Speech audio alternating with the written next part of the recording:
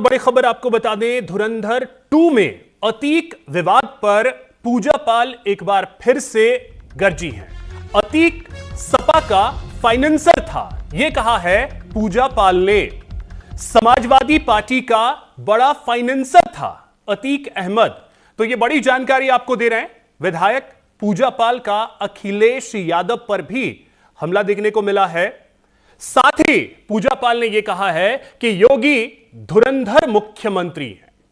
जाली नोटों के कारोबार के बारे में सपा को पता था। तो यह बड़ी जानकारी आपको दे रहे हैं। योगी आदित्यनाथ को लेकर बड़ा बयान दिया है पूजा पाल ने, जो कि समाजवादी पार्टी की विधायक हैं, हालांकि निष्कासित हैं, लेकिन उन्होंने समाजवादी पार्टी को लेकर बड़ा बयान दिया है और योगी आदित्यनाथ को धुरंधर बताया है।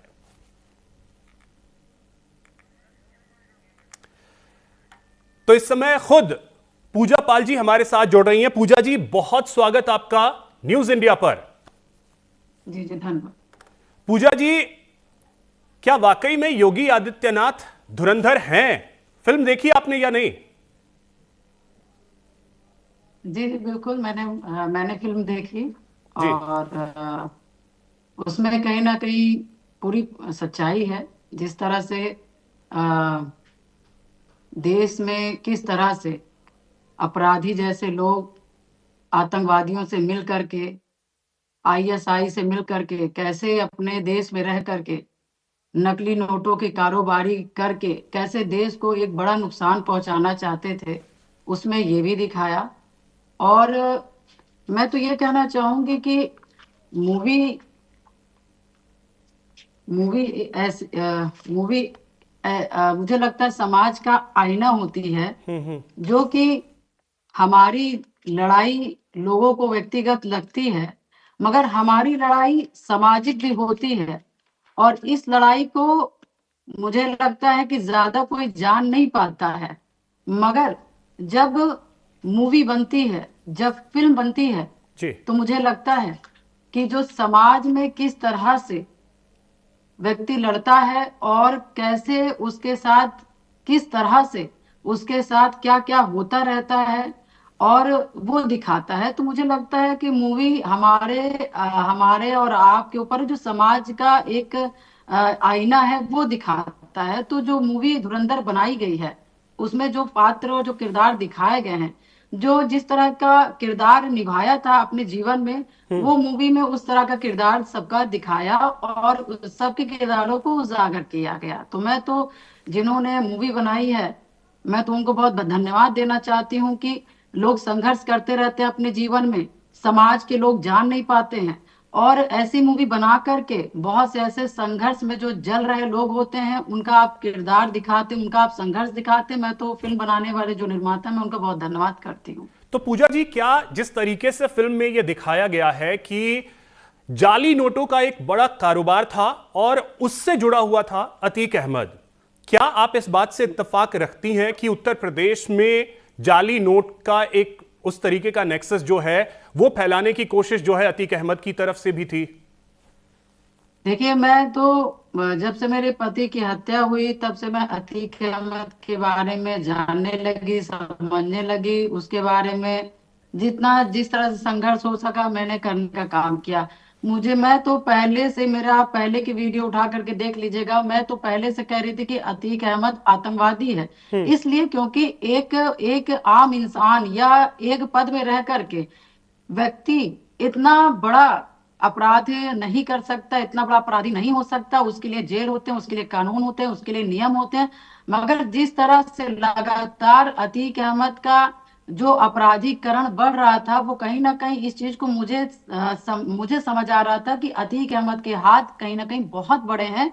और इस अतीक अहमद को कहीं ना कहीं से, मतलब ऐसे जगह से जुड़ा हुआ है जहां पर आम आदमी उससे नहीं लड़ पा रहा है, लोग उससे नहीं लड़ पा रहे हैं। और मैं तो बहुत साल से चिल्ला रही हूँ, मगर वही है ना कि सत्य कभी छिपता नहीं है, एक समय आने पर सत्य अपने आप सामने आ जाता है। तो आज इस मूवी ने, मैं तो बहुत पहले से जानती थी, समाजवादी पार्टी पहले से जानती थी, मगर ये मूवी बनी और मूवी में जिस तरह से अतीक अहमद के जो तो पूजा किरदार जी, आप थे कह रही वो हैं कि दुनिया समाज समाजवादी के पार्टी सामने ये आया। चीजें जानती थी क्या? इसका मतलब, क्योंकि समाजवादी पार्टी का मतलब अखिलेश यादव, तो क्या अखिलेश यादव भी इस चीज को जानते थे? देखिए बिल्कुल समाजवादी पार्टी ने ही अतीक अहमद को राजनीति में मजबूत किया और बहुत बड़े पैमाने पर मजबूत करने का काम किया, क्योंकि समाजवादी अतीक अहमद के अपराधों को क्षमा न करती या उसका साथ न देती तो अतीक अहमद इतना ज्यादा उत्तर प्रदेश में जिस तरह से उत्तर प्रदेश की गलियों में जिस तरह से उसने हत्या करवाए और अपहरण करवाए, दंगे करवाए, वो खुलेआम नहीं हो पाता। तो ये साबित करता है कि क्योंकि समाजवादी पार्टी से इनके सांसद रहा है अतीक अहमद, और मुलायम सिंह के समय से रहा है, और मुलायम सिंह किस विचार के थे वो किस उत्तर प्रदेश की जनता से छिपी नहीं थी। तो जिस तरीके से फिल्म को लेकर के बयान अखिलेश यादव ने भी दिया, उन्होंने कहा कि पैसे दे करके अब बीजेपी फिल्में बनवा रही है, ये सिर्फ और सिर्फ एक प्रोपेगेंडा फिल्म है, बीजेपी का पूरी तरीके से प्रोपेगेंडा है। आप इससे इत्तेफाक रखती हैं? नहीं, ये तो देखिए, जब अपने दामन में जब इंसान को लगता है कि अब हमारी वास्तविकता जो वास्तविक जो चीजें हैं वो सामने आ रही है। पहली बात तो मैं कहना चाहती हूँ कि समाजवादियों को इस मूवी को कहीं ना इनको जो पोपोगंडा ये बता रहे हैं, इनको इस मूवी के उसमें पढ़ना ही नहीं चाहिए, क्योंकि मैंने मूवी को देखा। मूवी में किस प्रकार से समाजवादियों को एक बार दिखाया गया, मुझे तो नहीं एक क्लिप में भी समाजवादी की जिक्र नहीं हुई है। मगर हाँ, ये जरूर सच है कि समाजवादी अपने आप को अतीक अहमद से जोड़ती है, अतीक अहमद की हमेशा मदद किया है, अतीक अहमद को हमेशा से आगे बढ़ाने का काम किया है, अतीक अहमद से मदद लेने का काम किया, अतीक अहमद को मदद देने का काम किया है। इस वजह से अतीक का जो पात्र दिखाया गया है, तो उसके वजह से कहीं ना कहीं समाजवादियों के पेट में दर्द हो रहा है कि मेरे सांसद की जो छवि है उसको इस मूवी में इस तरह से क्यों प्रदर्शित की गई। ये समाजवादी नहीं पचा पा रहे हैं, और ये समाजवादी के लोग नहीं चाहते हैं कि एक क्रिमिनल और एक अपराधी, और जो अपराधी को जो बढ़ावा देता था, तो उसका मतलब कि उसकी जिक्र हो और उसका नाम आए और हमारे सांसद का नाम आए। तो वो समाजवादी चाह रहे कि जो पहले छिपा था वो आज भी छिपा रहे, और हम उसको माननी ही बोले और लोग उसको माननी ही जाने, उसकी सच्चाई जनता ना जान पाए। राम गोपाल यादव तो यहां तक कह रहे हैं कि समाजवादियों की जब सरकार आएगी तो अतीक अहमद की मौत का बदला तक लिया जाएगा। देखिए, मैं तो यही कहना चाहूंगी कि समाजवादियों से और अपेक्षा भी कुछ नहीं की जा सकती, क्योंकि समाजवादी हमेशा से माफियाओं को बढ़ाने का काम किया है, माफियाओं को क्या कहते हैं, हमेशा पनाह दिया है। समाजवादियों ने अपराधियों को मजबूत किया है। तो मैं तो यही कहना चाहूंगी कि आज जिनकी सत्ता नहीं है, आज जनता, उत्तर प्रदेश की जनता सुन रही है। मैं कहना चाहती हूँ कि अतीक अहमद कौन से साधु थे, कौन से संत थे, या उत्तर प्रदेश की जनता अतीक अहमद के किरदार को नहीं जानती है, अतीक के द्वारा जो कृत्य किए हुए थे क्या वो जनता नहीं जानती है। और यहाँ पर जो हिंदू और मुस्लिम की बात की जा रही है, मैं प्रयागराज की और उत्तर प्रदेश की, मैं दोनों समुदाय की बात करना चाहती हूँ कि अतीक अहमद ने हिंदुओं की भी हत्या की तो उतनी ही तादाद में मुस्लिमों की भी हत्या की। और क्या समाजवादी को बस यही बताना आता है कि हमारी जब सत्ता आएगी तो अतीक अहमद की हत्या का बदला लिया जाएगा। समाजवादियों को कभी, समाजवादी तब क्यों नहीं मुंह खोलती जब अतीक अहमद जैसे लोग, अशरफ जैसे लोग उत्तर प्रदेश की सड़क पर, प्रयागराज की धरती पर जब खुले आम हत्याएं करते थे, जब बहन बेटियों की इज्जत लूटते थे, जब किसान भाइयों के खेत लूटते थे, तब ये समाजवादियों का मुंह सिल जाता है, तब ये समाजवादी मुंह नहीं खोलते हैं। और आज एक अपराधी मारा गया है, आज अपराधी के लड़के का इनकाउंटर हुआ है, तो आज समाजवादी कह रही है कि हम उनके हत्या का बदला लेने का काम करेंगे। इनको शर्म आनी चाहिए कि इनके विचारों को पूरे उत्तर प्रदेश की जनता सुन रही है, और इसी सोच के कारण, समाजवादी की इसी सोच के कारण उत्तर प्रदेश की जनता समाजवादी को नहीं पसंद करती, और आने वाले समय में उत्तर प्रदेश में समाजवादी की सरकार नहीं बनाने देना चाहती। और मैम, अफजाल अंसारी कह रहे हैं कि जो बैकुंठ धाम जा चुका है उसको अब बदनाम करने की क्या जरूरत पड़ी है बीजेपी को?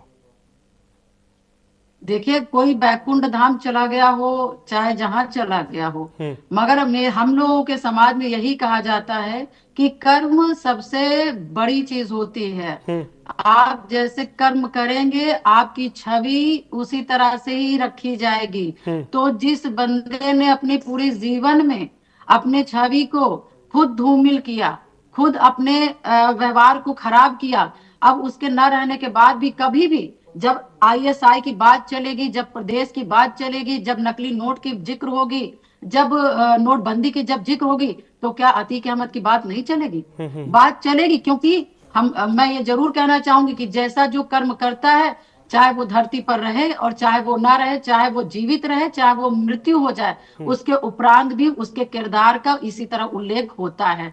ये तो जीवित होने के उपरांत सोचना चाहिए कि हमारा किरदार कैसा होना चाहिए, हम अपने जीवित काल में कैसा कर्म करें कि हमारे न रहने के बाद भी यहाँ के जो लोग हैं, इस धरती के लोग हैं, समाज के लोग हैं, हमारे न रहने के बाद भी हमारा सुंदर सा नाम ले और हमारे किरदार को अच्छे रूप में देखने का काम करे। मगर अतीक अहमद ने ऐसा नहीं किया ना। ये मात्र समाजवादी के लोग अतीक अहमद को अच्छा कह रहे, नहीं तो आप समाजवादी को छोड़ दीजिए, तो मुझे नहीं लगता कि अतीक अहमद को कोई सही कह रहा है। नहीं तो पूजा जी, फिर समाजवादियों की तरफ से यह कहा जाता है कि ये सारी चीजें पूजा पाल को पहले से पता थी, फिर उन्होंने समाजवादी पार्टी से क्यों चुनाव लड़ा?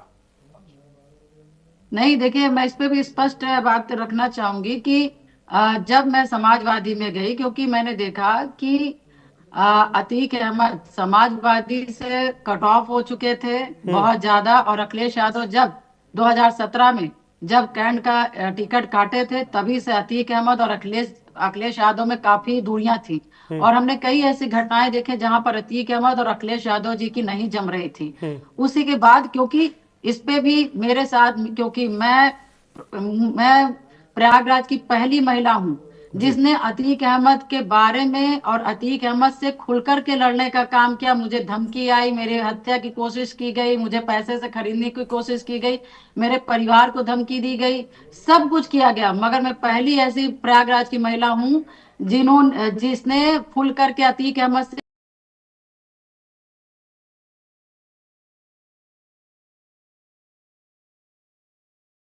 मेरे कुछ अपने लोग अतीक से मिल करके मेरे पीठ पीछे करने का काम किए। उसी के उपरांत मुझे अतीक अहमद ने जानबूझ करके बीएसपी से निकालने का काम किया।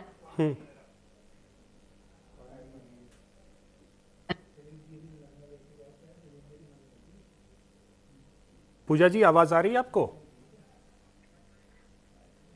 देखिए, कुछ तकनीकी समस्या आ रही है, बट उनसे जुड़ने की कोशिश करेंगे आगे भी। आपने पूजा पाल को सुना, जो कि समाजवादी पार्टी से चुनाव उन्होंने लड़ा 2022 में।